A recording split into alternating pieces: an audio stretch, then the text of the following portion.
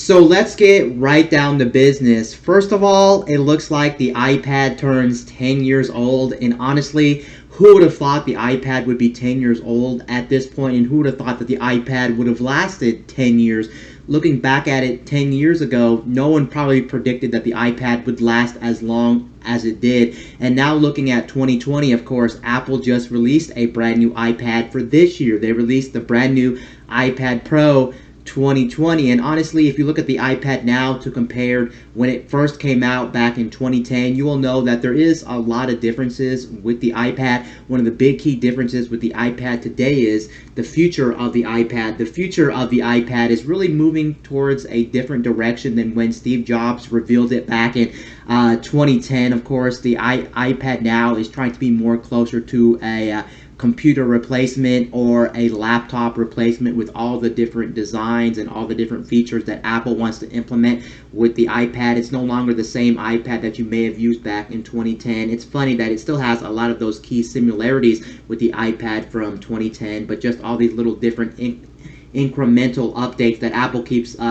updating iOS with on the iPad makes it much more closer to a laptop or a true OS experience than it ever was. But again, who would have thought the iPad would be around for 10 years at the very moment? And I wanted to talk about this article because this article is very interesting. This article is pretty much talking about all the different tablets that came out during the time the iPad was coming out and things like that. And you guys know what happened to all these different tablets that were on the market. All the tablets that came out around the time the iPad came out pretty much died, and there's not really too many competitors nowadays when it comes to the actual iPad if you want to buy something that's close to like a tablet design and things like that. But let's actually go ahead and move over here and actually talk about some of the tablets that were competing with the iPad, which I actually think is very interesting. First off, they're talking about the Samsung Galaxy Tab, and the Samsung Galaxy Tab might have been one of the first Android tablets on the market, and you still got to give credit where credit is due, because I think Samsung did some revolutionary things for tablets. Like, for instance, they were the first company to put cameras on a tablet, where back in the time the iPad was around. Of course, the first iPad never had any cameras. On top of that, they did go with a much more smaller design. You can see here for the original Samsung Galaxy Tab, I do believe they stuck to a 7-inch form factor. You can see right here in the article, and the picture right here, it is a 7-inch form factor, which is much more different to the original iPad's 9.7-inch screen. So they were really trying to hit a different demographic, maybe people who liked Android, maybe people who like a smaller form factor, maybe people who needed cameras, maybe more customization, because Android, of course, you guys know, is much more customizable than something like iOS, and probably it'll always be much more customizable than what iOS will ever provide, since Apple likes locking down their ecosystem. They really don't want you doing anything too crazy when it comes to their operating system, so it makes sense. But I know why this died. There was a lot of problems with Android tablets, and this probably had a lot of problems when it comes to the Android side of things. First of all, I don't remember specifically what Android operating system this was. I want to say maybe Honeycomb or maybe Ice Cream Sandwich, most likely Honeycomb or something like that. Very old operating system for Android, and probably one of the main reasons why these Android tablets just don't do that well is just due to the fact that they don't really get that much support when it comes to the OS. They only get about 1 or 2 updates, and you're pretty much out of luck. And specifically Samsung Galaxy Tabs, I feel like they just get outdated way more faster than iPads will ever do. And just the fact, especially back in the day, back when this launched, you guys know Android was probably a little bit more laggier than its competition. The iPad, of course, running iOS. And then one big downside, without a doubt, to these Android tablets is the fact that most applications that you get in the store for these Android tablets aren't even optimized for tablets. So you usually get like the smartphone application on a bigger screen, but a lot of times you can see it just doesn't look good, or it just doesn't function correctly because it's meant for a much more smaller screen. It's not really meant for these extremely big screens that most tablets have. Most tablets have like a 7 to maybe like a 13 or 14 inch screen, depending on what type of tablet you actually end up buying. And I think that's why the Samsung Galaxy Tab actually was a plague to begin with. And of course, it's funny looking back at the original Samsung Galaxy Tab. Samsung is still making tablets today. Of course, if you look at the space for Android tablets, the space, of course, for Android tablets is much more different than it ever was way back in the day. And yeah, things have really went south for Android tablets, and there's really not too many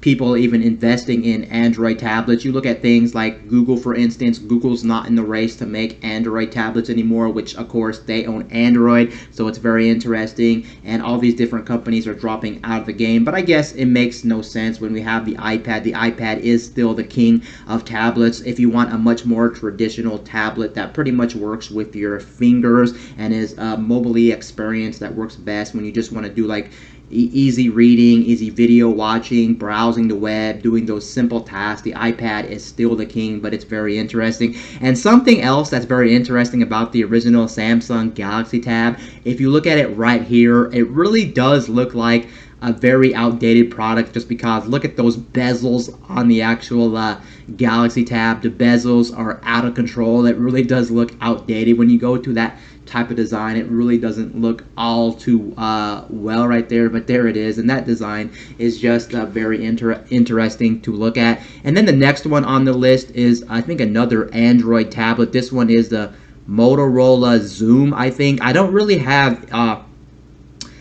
know too much about the Motorola Zoom, but I do remember seeing the Motorola Zoom. I think it had a bigger screen. It said it debuted in February of 2011. This one specifically does say it was running Android 3.0 Honeycomb, and of course I'm not surprised Motorola dropped out of the game at this point. Like I said, most Android manufacturers, or most Android tablets are pretty much the thing of the dodo bird now, because there is no point of actually having Android tablets when Android tablets people really don't buy. Just a lot of time the quality is just not there. The fact that too the apps aren't optimized for tablets when it comes to Android. There is a lot of problems with Android tablets compared to the competition, the iPad of course. But yeah, I don't remember anything about this tablet specifically, but yeah, it just sucks that this one probably came out at a time too when Android was just a whole different beast. It was not as good as it is today. It was probably a pretty laggy device,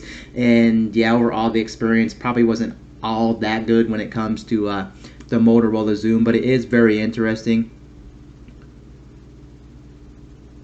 Yeah, like the article says right here, a lot of these tablets that came out a long time ago are pretty much just jumbo Android phones and not really tablets, like I said, because everything is pretty much just taking a simple Android smartphone and pretty much just blowing it up. Or at least the iPad had apps that were optimized for the big screen, and a lot of things that Apple did made it really did feel like you had a bigger screen at your disposal, not just a blown up smartphone. And that's something that really helped, in my opinion, really made the iPad much more successful than a lot of these tablets that came out that were trying to compete with the iPad at the time, which really did end up making these things fail over time. And then the next one on the list is definitely one that you kind of scratch your head at, because we're talking about the HP touchpad. And I personally remember the HP touchpad, because I remember a long time ago, back in like 2011, 2012, maybe even 2010, whenever these came out, I remember actually going to like my local Best Buy and actually seeing these tablets.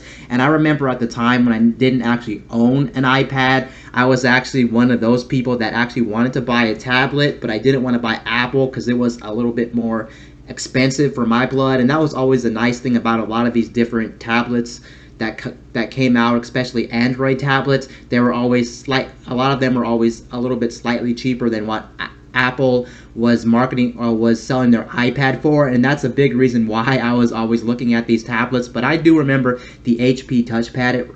It ran, I think, WebOS, and I'm personally not a fan of WebOS. And the problem with WebOS is it was an operating system that, first of all, didn't have a lot of support, and it was very buggy and glitchy, because I did actually try out WebOS at the store on one of the devices that had WebOS. I think some other products that had WebOS besides the touchpad from HP, I do believe was the Pixie phone, I do believe, from Palm Pixie and Palm Prio or something, and they had those, I think, at Verizon Wireless, I do remember, and they ran WebOS as well. But overall, I didn't like WebOS at all when I tried it way back in the day, and you can see it's an extinct operating system now, and obviously that's the biggest reason why the touchpad failed. The touchpad failed because, well, nobody wanted to make applications for WebOS. Nobody was buying WebOS. WebOS was just like Windows Mobile. Nobody was really invested in it, and the problem is you didn't have much selection for a WebOS enabled device. And the problem with that is the fact that since you don't have much choice, you're pretty much stuck to a limited selection of hardware, and a lot of hardware and software just really didn't play nice together. The software was laggy. The software that was made for it wasn't good in a lot of different aspects. Overall, it just wasn't good. Nobody was supporting it, so it made sense that it failed, and that's what we pretty much have here with the with this WebOS tablet. It just really wasn't a good thing with the HP the HP touchpad. You can see it was just a cool concept, but once there's already two established OSs on the market, it's like, what's the point here? Why would I even want to buy something like a touchpad with bad support, with a very laggy operating system? At least when I used it, it just honestly didn't make sense to me, and you can see that was the biggest reason why HP failed. Maybe if they would have went with Android, they might have had a better or a higher chance of survival, but definitely going with WebOS was definitely a mistake on the touchpad's downfall. And the specs on this thing were obviously pretty bad. It was, I think,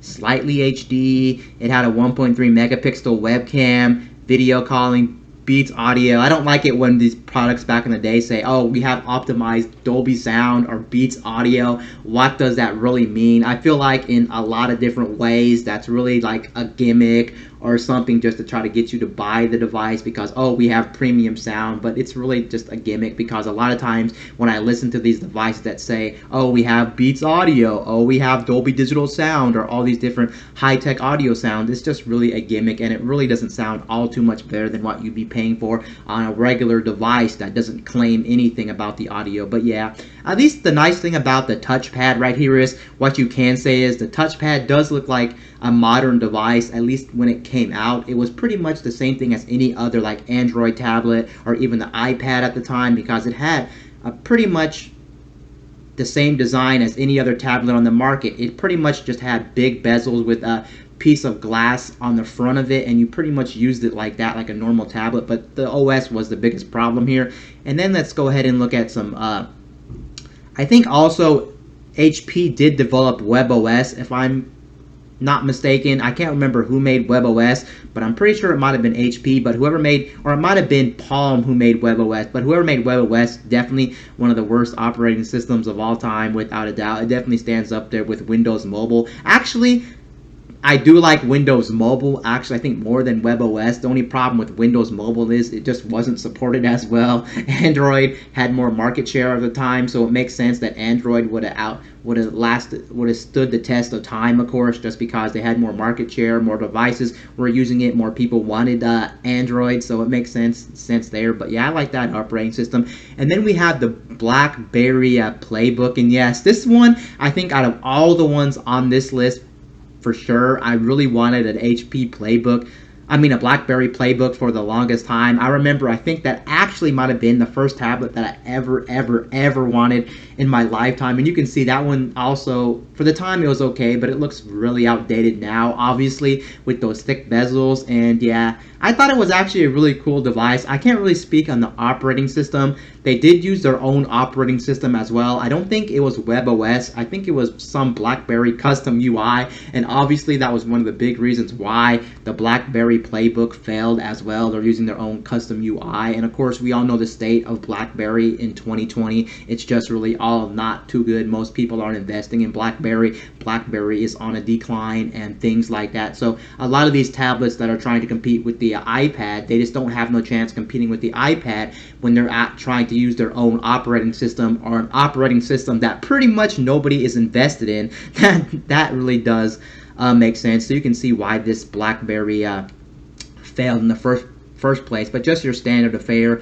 I don't know all the specs. It looks like this one was a 7-inch screen. It's actually very interesting to see that a lot of these different tablets, if we go up, are really trying to hit that 7 to like maybe 10-inch screen. A lot of these like the smaller size screen, because I guess maybe their thinking was like, well, the iPad, they only come in one size, 9.7, and for some people that may be just a little too big, so we want to try to get a size where maybe everyone's going to be happy, and by making something that's going to be much more smaller, we're going to be appealing to a different demographic or a different buyer on the market who's really going to be wanting a smaller tablet. I don't think the size of these things are the reason why these actually failed. Other reasons made these tablets fail to begin with. And then the last one they're talking about is Google entering the fray, and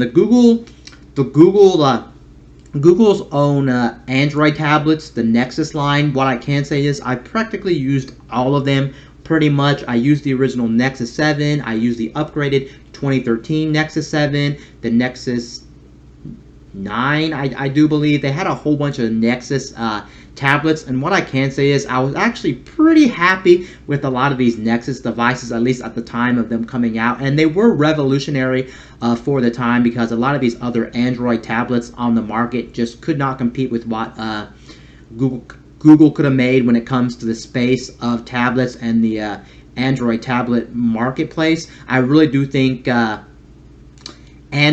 Google really hit it out the park. The nicest thing about the Nexus 7 specifically was the fact that Nexus 7 really hit a really good price point. I remember when I bought the original Nexus 7, the original Nexus 7 came out at $199, and I think at $199, that was really a sweet spot for a pretty decent tablet, because if you were to buy a tablet for, let's say, sub 200, or maybe very cheap, let's say, for instance, a lot of times you wouldn't get anything that was quality. So it was nice that we had a big budget company like Google enter the fray and make a extremely cheap tablet like the Nexus 7 for only around $200 and make it extremely good. And the quality really did show. It was one of the first tablets that was actually really good, and it was one of those Android tablets that you can pretty much recommend to anybody who needed a tablet just to do like light reading, watching videos, watching movies, browsing the internet, checking your email, just doing all those different tasks. It was really good.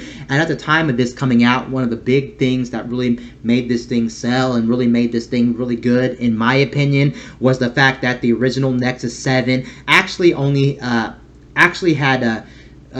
Android Jelly Bean. And if you don't know anything about Android Jelly Bean was actually the first operating system, at least from Google, that was Android based, that actually was supposed to be less laggy than the rest of the Android operating systems. That was the time they really pushed Android to be less laggy, much more faster. Sure, it wasn't a perfect operating system looking back. It did have some stutters. It did have some lags. Battery drain was a big issue on Jelly Bean, at least from what I remember. Overall, it wasn't perfect, but I can personally say from past experience, Android Jelly Bean was one of the best Android operating systems to come out. I think prior operating systems were way more buggier, and I felt like when Android Jelly Bean came out, Android Jelly Bean really changed Android for the better, and that's when I really felt like Android really took off, and that's a big reason why this thing probably was successful. You had a tablet that was only $200 with Android Jelly Bean on it. The performance was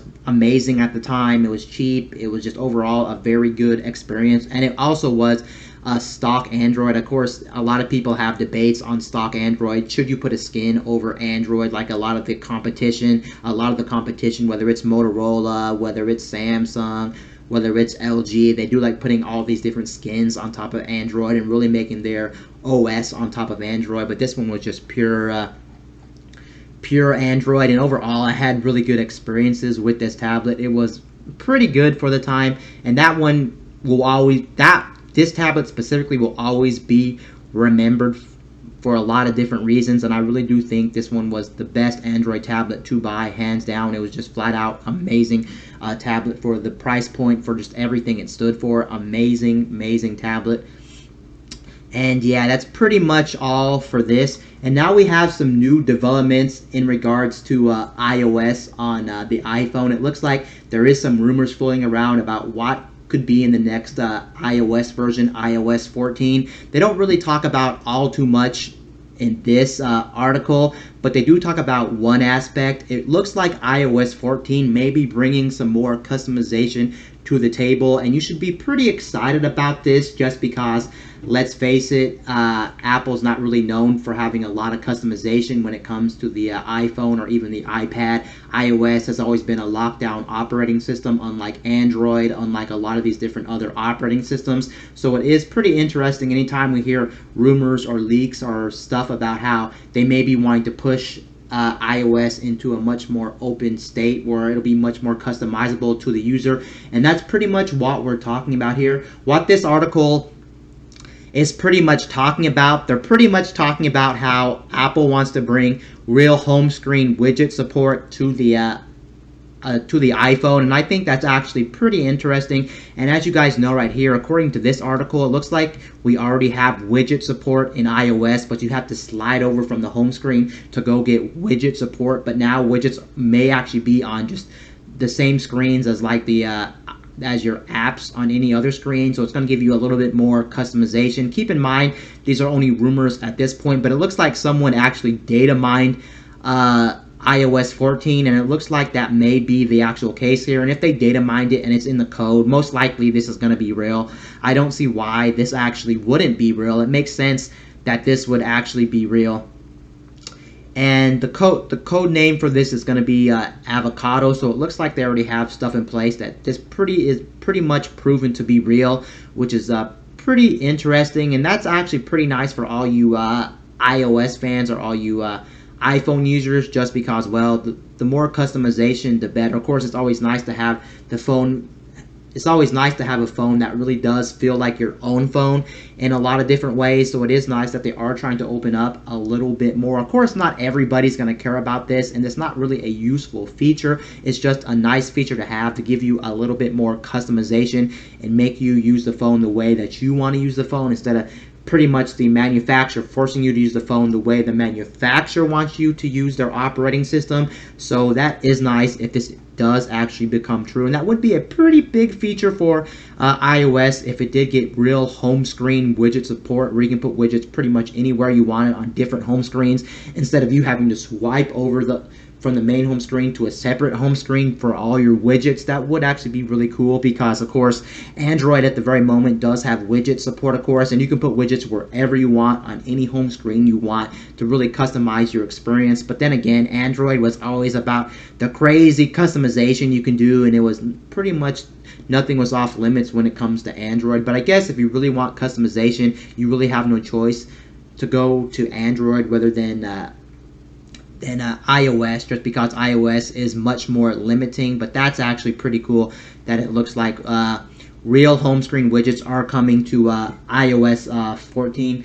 Now the next one is actually going to be about the new iPad. It looks like the new iPad Pro 2020 actually has a pretty good anti-snooping feature actually enabled in the actual iPad itself, which a lot of people may not even be aware of. And of course, if you didn't really figure this out, you would never know this. But it is nice. Some companies out there are really trying to, let's say, protect your privacy in a lot of different ways. And honestly, I really do think this is the right thing to do moving on in the near future, just to try to protect more people's privacies, try to protect more people's datas and things like that. Because let's face it, most people are always on the internet a lot, and you want to try to protect your privacy. Does that mean your privacy will always be breached or have a chance of being like snooped on? Of course, there's always that chance. Anytime you're on the internet, there's always ways around different methods. Of course, we got things like hackers. We got companies who say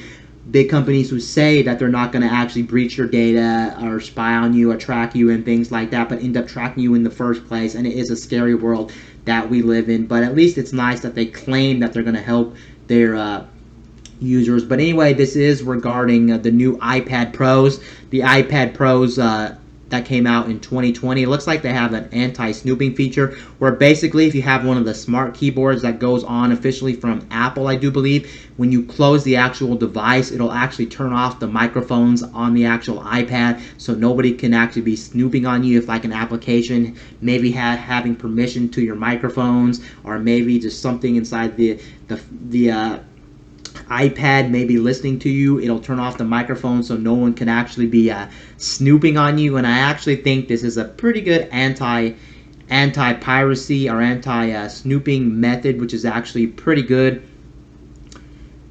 Of course, again, you do have to have a smart keyboard, so any of the smart keyboards made for iPad will work for this. You can see there's one right there in the picture. Once you close the lid, apparently the microphones won't be active anymore, but that does suck. There's still a slight chance that someone can hack you and still get past this, of course. And what happens if the iPad is open, of course, with the keyboard open instead of over the actual screen? Does that mean that somebody's actually going to be spying on you and listening to you through the microphones? You just truly never know, but at least it's nice that we do get these claims. It's good to have these claims in place. Something is better than nothing, in my opinion. At least if Apple claims that when you close the lid, the microphones go off, that's nice, because a lot of times you may have this on a table, you may have this in a backpack, you may have it somewhere where it's going to be off for a long time, and you may have to talk to people. So it is nice, at least from Apple's standpoint, the microphones go off, so they're always trying to make a better future. And one of the best things companies can do is always to make these privacy protection things in the software that always makes it much more harder for hackers or for people to spy on you in the long run, which is actually nice. It looks like it'll work with the Apple's own Smart Folio, Smart Keyboard, and the upcoming Magic Keyboard due out in May, the one with the trackpad, if you do end up deciding to buy that, which is actually very nice. And it's actually nice they did actually roll out this article, because I'm telling you, a lot of people would not be aware of that. It's just a little thing that just rolled out, and Apple didn't have to say it, or people didn't have to find out about it, but it is nice. People actually found out about it in one way or another, and it's always nice that these companies at least do care about your privacy in some form or fashion. Now, the next one is going to be about the Apple Store. It looks like right now the Apple Store actually leaked the 4.7-inch iPhone SE name, and it looks like it's going to be called, let's see here, called the iPhone SE. I guess they're just calling it the iPhone SE. I guess it is said the iPhone SE 8 and 7, so I guess they might have two different variants of the iPhone SE. Of course, if you don't know anything about the iPhone SE, we've already had an iPhone SE a long time ago. I think back in 2016. Correct me if I'm wrong. But anyway, basically how the SE was, it was pretty much a smaller version of the regular iPhone, and it was in the same body as the iPhone 5 or 5S pretty much, and it was for people who wanted a budget smartphone, or maybe for instance they wanted a budget iPhone, because let's face it, nowadays Apple's products are pretty expensive, especially if you want an iPhone. iPhones aren't the most cheapest things in the world, of course, so it is always nice when all these big companies always try to go towards a cheaper demographic, or go towards a cheaper market, of course, and that's pretty much what they're doing here. And it does suck too that these things don't get the best features, because sometimes you want the best features in a smartphone, but you don't necessarily want the bigger screen. I can see why somebody would actually want to go for this phone right here. You can see right here, it looks like it's going to be in the same body as like the iPhone, dating all the way back to the iPhone 6 design. This really does look like one of their cheaper designs, but of course that does make sense since you're not paying a premium for this smartphone. Most likely you're going to be paying way much more cheaper for this smartphone to begin with, so of course you're going to get an outdated design, a design that's much more uglier, that has forehead and the chin, has pretty much bigger bezels, has a home button on it as well. Overall, you can see the design of this thing is really outdated, but you're not paying a lot for this smartphone, but it does suck again for people who do want a smaller iPhone, or who want a smaller iPhone but don't necessarily want a bigger smartphone. It sucks that they pretty much have to get an outdated design here, which does suck. But I guess Apple's like, well, the reason we did that is because you're not paying a lot for the smartphone to begin with, so let's make sure that you get an outdated design because you didn't pay a premium for your smartphone. But again, like I said, I think a lot of people who are buying this smartphone just don't want to buy a much more premium iPhone, not because of the price, because they want a much more smaller screen. I think that the product will have two different sizes, I want to say. I think they're going to do a 4.7 inch screen. No, it looks like they might be doing just a 4.7 inch screen. I don't think they're actually going to have another option for another size. And 4.7 inches nowadays, looking at this thing, is a really small screen size, to be honest. But I think for a lot of people that just makes sense, because nowadays we don't really have any modern day smartphones that you can practically hold in one hand and pretty much use with one hand, going from corner to corner. Most smartphones, you practically need two hands to do everything. You can do a lot with even big smartphones with one hand, but it is always nice to have a really small compact design that you can use with one hand throughout the whole entire device. And there is still a market for this thing, and it's going to be nice that people will be able to buy a cheaper alternative to the regular iPhones if they want to do that, or if they just want a smaller iPhone. It is nice because there are people that still want a smaller phone size and not necessarily the biggest phone size, because there is limitations like having to put it in your pocket, having to put it in your purse, and sometimes it just gets a little bit too unwieldy. So there is nice things about smaller screen smartphones, and I'm actually really glad that Apple is deciding to bring back the iPhone SE, because I really do think it makes sense from a business standpoint. They can reach the cheaper people, or the cheaper market when it comes to smartphones. And then on top of that, it really does make sense because a lot of people have been wanting a phone like that, so now's their chance to get an updated version of basically the iPhone original SE, which was pretty much the iPhone's 5. It is nice also. It looks like they are not going to be using the iPhone 5's body anymore. They are going to be using the iPhone 6's body pretty much in this phone, which is actually a very nice change from the old iPhone SE, which is nice.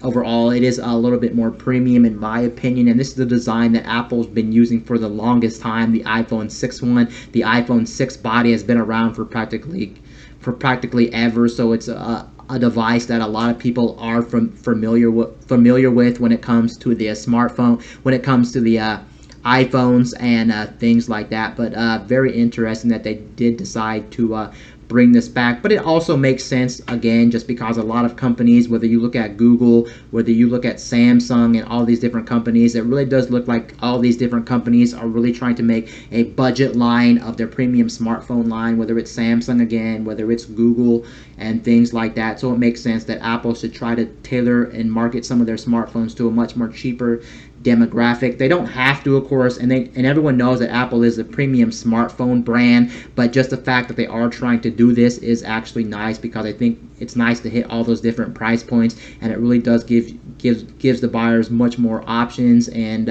things like that. And now the next one on my list is actually about Mixer. It does look like Mixer is going to be helping all their partnered streamers by giving them $100 period. So if you are a partner of Mixer and you do stream on Mixer, you will be getting $100. I don't know if it's regardless of how much you make or what, but you will be getting $100. And honestly, I just wanted to talk about this because I think this is really a nice gesture, especially in the time that we live in. Of course, the epidemic that's going around the world nowadays is pretty stressful and can be pretty taxing on you, especially when all these different things are going on. So it is nice that Mixer is actually trying to help out all their streamers by giving them $100. $100 is not really a lot of money, to be honest, but just the fact that they are doing this nice gesture always makes people feel happy. It makes the company look good. Overall, it's just a really nice thing to do. I wish more companies right now would actually do things like that, but I know not every company cares about their employees or cares about humanity and things like that, which is absolutely disgusting. disgusting to me how some of these companies, all they care about is money, money, money, and they don't necessarily care about the well-being of their employees, the well-being of their of humans and things like that. But it looks like at least there is some hope in the world right now when we talk about this epidemic. You can see Mixer does care about their partner streamers. It looks like it's going to be just for partnered streamers only. So if you're not partnered on Twitch, or partnered on Mixer, excuse me, I got those two confused. But if you're not partnered on Mixer, unfortunately, they won't be giving out money to just anybody. You have to be partnered. But I guess that makes sense because they're the ones who make the money, and random people don't make the money. But yeah, that's a pretty nice gesture. And who would have thought they would actually be doing something like this? You probably never thought they would be doing something like this, and especially at a time that we are, a lot of companies just don't feel the need to be helping out their employees or helping out like people's well-being and things like that. But it is nice to wake up and actually see that some companies out there actually do care, and they understand that people are struggling right now, people aren't in the best situations and things like that. So that is nice that they are going to be getting $100. $100 is still $100. You can't really complain, especially since it is free, and I don't think you'll have to worry about anything. They'll just drop it to you, and it is nice, especially when a lot of people need this money right now. They're in a really bad situation. And yeah, that's pretty much going to wrap up this video. Anyway, guys,